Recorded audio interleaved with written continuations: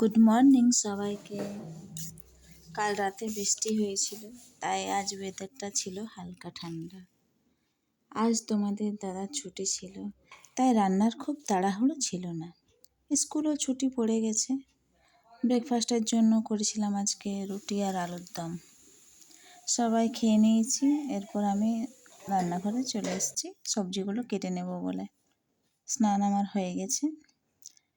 ভাবছি রান্না কমপ্লিট করে একটু বাজারে যাব, সেলাইয়ের কিছু জিনিস কেনার আছে। তাই আমি এদিকে সবজিগুলো সব আমার কাটা হয়ে গেছে, রান্না আমি বসিয়ে দিয়েছি। আর তোমাদের দাদা মাছ নিয়ে এসেছিল, ছোটো মাছ। ছোটো মাছ খেতে আমার ভালোই লাগে। আর আজ আম পোড়ালাম, শনিবার ছিল, ভাবলাম শনিবারে আমের শরবত করব। এই দেখো, তোমাদের সঙ্গে গল্প করতে করতে আমার তো রান্না প্রায় শেষ হয়ে এসছে। মাছের ঝোলটা করে নিলেই রেডি হয়ে যাবে। এদিকে সব মাছগুলো আমি দিয়ে দিচ্ছি, ঢাকা দিয়ে দিলাম। আর আমার যেন কি মাছ ভাজার সময় তেলগুলো ছিটকে পড়ে যায় গ্যাসে, সবারই হয় জানি না।